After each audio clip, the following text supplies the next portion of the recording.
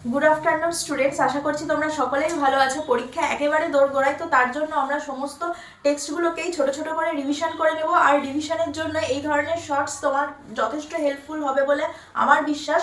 তো আজকে যেটা দেখাচ্ছি সেটি হচ্ছে of studies written by Francis Bacon, যিনি 1561-এ জন্মেছেন অ্যান্ড 1626-এ মারা গেছেন, এবং তিনি এই টেক্সটটি পাবলিশ করেছিলেন 1597-এ। তার যে এসের কালেকশন আছে সেই এসের কালেকশন থেকে এটি নেওয়া হয়েছে, এবং এই ধরনের তার লেখা 50টি টেক্সট এসে আছে, যেই এসেগুলো সমস্তটাই অফ দিয়ে শুরু।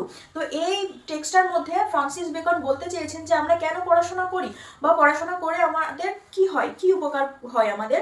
তো দেখো, এটা এমন একটা সময়ে লেখা একটা টেক্সট যেখানে কিন্তু আমাদের কাছে এই ধরনের মোবাইল, টিভি, এই ধরনের গেজেটগুলো ছিল না। তো মানুষের এন্টারটেনমেন্টের প্রধান মাধ্যম হচ্ছে বই পড়া। তো তখন তুমি কত বই পড়ছো বা তুমি কত শিক্ষিত, সেই হিসাবে তোমার ম্যানার্স, মানুষের সাথে যে তোমার বিহেভিয়ার করার যে ধরনটা, সেটি বদল হয়ে যাবে। তো সেই ধরনেরই আইডিয়া মেন 3টে ওয়ার্ডের মাধ্যমে ফ্রান্সিস বেকন বুঝিয়েছে। তো মেন আইডিয়া অফ টেক্সট আমরা কি পাই? 3টে ওয়ার্ড পাই: delight, ornament and ability. Delight means আনন্দ। আমরা নিজেরা বই পড়ি কেন? নিজের মনে আনন্দ দেওয়ার জন্য, নিজের খুশিতে বই পড়ি। তবে তিনি এটাও বলেছেন যে অতিরিক্ত বই পড়া আলসেমির লক্ষণ, মানে আমরা কি পড়বো বা কি পড়বো না সেটি সিলেকশন করে নেব, এবং আমরা যেই অতিরিক্ত পড়ছি সেটি যেন আমাদের শো অফ না হয়ে যায়। তো সেটিও তিনি বলে দিয়েছেন। এবং সেকেন্ড হচ্ছে অর্নামেন্ট মানে কি? আমরা যত ভালো বই পড়বো তত ভালো আমরা কথার মাধ্যমে সেই ভাষাগুলোকে ব্যবহার করতে পারবো, তার ফলে বোঝা যাবে যে আমাদের ভেতর একটা যথেষ্ট জ্ঞান আছে। এবং থার্ড ইজ এবিলিটি মানে সক্ষমতা। আমাদের মধ্যে যুক্তি তর্কের যে সক্ষমতা, কোনটা করা উচিত, কেন উচিত, বা কোনটা বর্জনীয়, কেন বর্জনীয়, সেটির ক্ষমতা আমাদের মধ্যে এসে যাবে। এবার দেখো, স্টাইল অফ রাইটিং।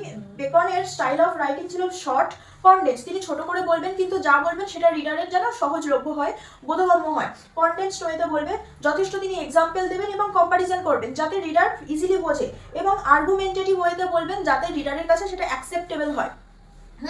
এবং তোমাদেরকে জানতে হবে এই টেক্সটটা কি ধরনের টেক্সট। অ্যাফোরিস্টিক এসে।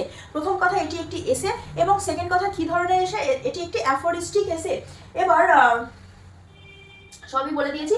3টে ওয়ার্ড দেখো এখানে: minor short of book and the distil book and সিমিনি সেক্টরস। এই ধরনের টার্মগুলো তোমরা এক্সপ্লেনেশনটা পড়ে নেবে, অনলাইন ক্লাসে ডিটেল থাকবে। তো এই টার্মগুলো কোশ্চেনের জন্য ইম্পর্টেন্ট, মানে তোমাদের পরীক্ষায় যে কোশ্চেনগুলো আসবে তার জন্য ইম্পর্টেন্ট। আর অনলাইন ক্লাসের জন্য তোমরা এই নাম্বারের সাথে কন্ট্যাক্ট করে নিতে পারো। ধন্যবাদ।